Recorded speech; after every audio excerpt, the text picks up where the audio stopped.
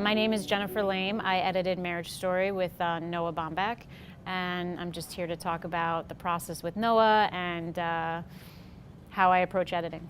I felt so lucky to have met Noah when I did, because I love his movies kind of embody what I love about movies in general, which is just great characters, great writing, great storytelling, but just incredible, complicated characters, which I love. So I love all different kinds of genres and all different kinds of movies, but I do think I'm specifically drawn to just really complicated characters. He is so generous with allowing me to play around with stuff, and he shoots the script he writes, so there's no really like ad-libbing or playing around during the shooting process. But while I'm editing, if I want to try cutting a line or switching stuff around, he's actually so generous and allows me to do that kind of stuff, which is funny because I just assumed that's how all writer-directors were. And then when I was talking to other editor friends or a post supervisor one time, I kind of mentioned like, well, it's so great working with a writer-director because they let you do whatever you want, kind of. And they're like, no, it's the opposite. All writer-directors are so precious about their work, don't let you do anything. Like, and I was shocked because Noah is just, he's just really loves the editing process, and I think he's just excited to, you know, what's the harm if I try cutting out a bunch of lines or moving scenes, or like, he just is happy to see it, and if he doesn't like it, he doesn't like it, but he always lets me try stuff. On the Noah Baumbach films that I work on, we have a very specific process. Noah calls it stacking. I think most editors would call it string outs, but we kind of do, we do it line by line, and then I'll pull up my favorite line reading. And Noah actually can see on the Avid my favorite line reading, so it's fun because they usually line up. And when they don't line up, we're kind of like, okay, what's this about? Because as we've done so many movies together, they're pretty in sync. But yeah, I kind of start there, and then I really know the scene, and then I can go cut it from my stacks. You know, I just match frame and basically cut from my stacks on Noah's films, and it's really helpful, especially with long dialogue scenes. It's so helpful to do it that way, to do kind of your first pass from your stack.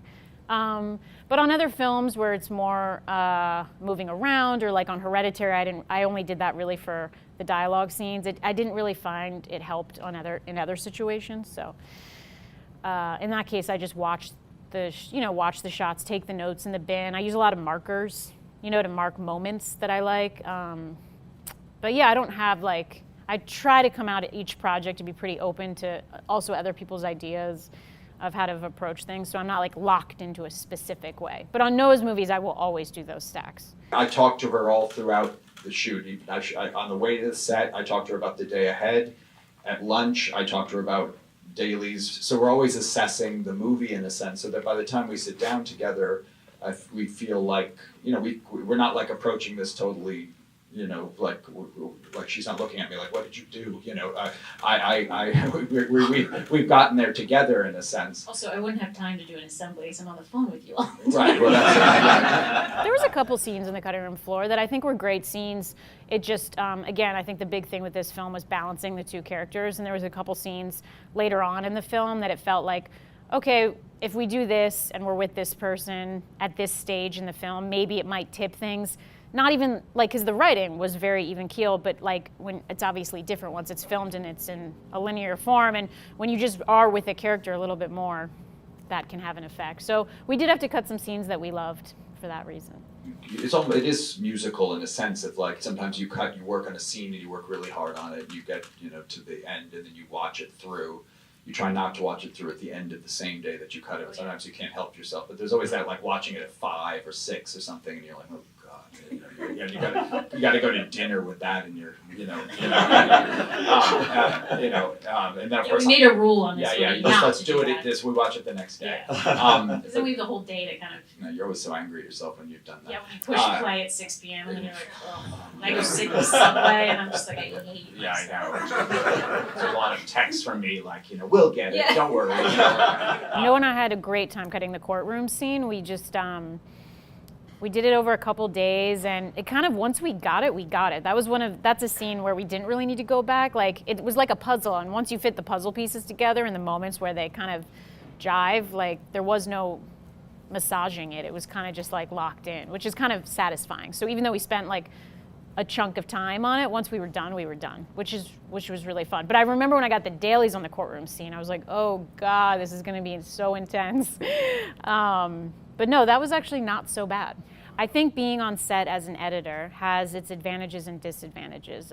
Its advantages being you're there, you can suggest things on the fly. If you notice something that wouldn't be helpful, you're there to help and support the director. It's just another voice alongside the script supervisor that can kind of help make sure you have everything, make sure the performances are kind of, if you like think of a different line for a performance you might want to tweak later, it's just great in that way. I think the disadvantages are there is something to be said for certain scenes to kind of be separate from it and not see what's happened, so you can kind of have a different idea. You know, if it's like a bad day on set or there's weird vibes, or if it's a location where you want to make sure that the audience kind of gets, like, understands where the characters are and navigating that, it's kind of helpful to not see it, because then if you weren't there but the director was there, you can be like, no, I don't understand where these people are. But if I was there, I might not have that perspective. You know what I'm saying?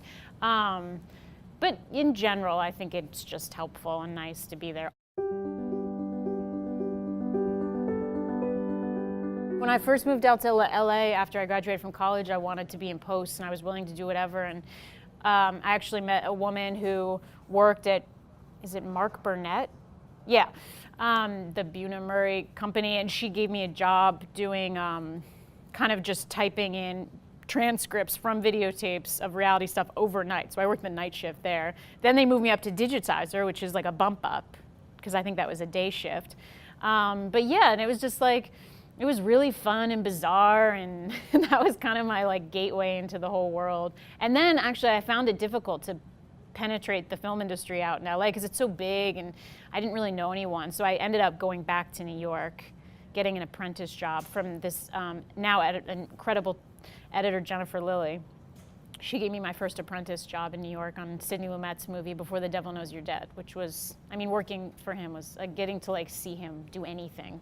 Like I barely saw him at dailies, but it was just incredible. Tim Strito, who I love, who's an editor in New York, he kind of called me and said he needed an assistant editor that, if need be, could edit, you know, if he had to leave early, because he was working on a bunch of projects. I actually think he had a new-ish baby at home, second kid, and he just was looking for an assistant who could provide some support if he needed it. And it was a very low-budget project, so he just wanted that extra help, which I totally get. And so he kind of interviewed me, we got along, and then I met Noah. I interviewed with Noah, and yeah, that's kind of how it worked out. And I had just done a previous film with this editor, Michael Taylor, who I love, who did The Farewell, I think, this year. And he let me be an assistant, but also do the assembly. And he recommended me to Tim Strito. So it was kind of one of those, that was this film Price Check with Parker Posey. So it was one of those things where you just got to keep hustling, and the editors that are generous and let you do stuff, you know what I mean? Because Michael was coming off another movie, and so he was kind of like, you can do the assembly, but I'm going to come and then take over, but I have to finish this project. And it was just like, great, I'll do both. And you know, it's a lot of late nights, but it's super worth it. And because I did that with Michael, he recommended me to Tim and was like, this girl can be an assistant, focus on that, and also cut if you need her to. The advice I have for up-and-coming editors is to be curious, ask to sit in with editors if you feel like they're comfortable with that. Know your audience, obviously, but if you feel like an editor would be okay with that, I feel like ask to sit in, maybe ask to cut a scene and just for fun and just to show it to them. Yeah, and just constantly be curious and talk to people and establish relationships, because a big part of why I'm where I am is because of so many generous editors giving me a chance when I was an assistant. And yeah, just that, you know, it's just being able to, the balance of working hard as an assistant, but also asking for a little guidance, you know, and not being too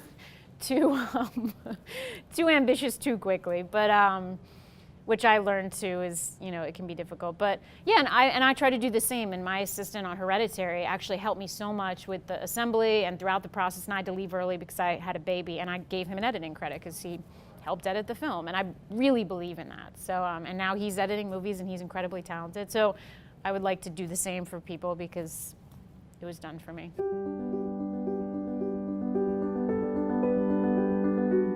I know a lot of people do a lot of keyboard things, and I like an old school mouse. But one feature I do like, which was on the newest Media Composer, that because of that I have to go to the newest Media Composer, is the mute.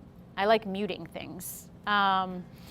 It's so helpful, muting, when you work with directors who are very precious about sound and not having sound, like with ADR and in the sound mix, they want audio available to them, like different alt takes. Like me and Noah pick the alt takes. We don't want someone in the soundstage picking it, because obviously they're great at their jobs, but it's like we know these performances and we don't want the performances altered. So what I do is I keep all these different readings constantly muted, and it translates when we do the OMF turnover. The sound guys can see it. So yeah, I love mute. It's my favorite. I use it all the time. And besides that, I'm just like, yeah, I use markers all the time. I love their the marker system in Media Composer, because I came from Final Cut. And I was a bit nervous switching. I was very intimidated by Avid. But I quite like how Avid is closer to film and the way you think about things when you're editing. And I really love it. So I've grown to love Avid. I always talk about how I like games, and I came up on like computer games like King's Quest and all those nerdy games. But I'm like a gamer. So like, and I think of editing sometimes as a game, because you're putting all these puzzle pieces together, and when you figure a scene out, it's like you've like beaten a board or a level or something. So yeah, I've just always kind of liked that kind of stuff, using that part of your brain.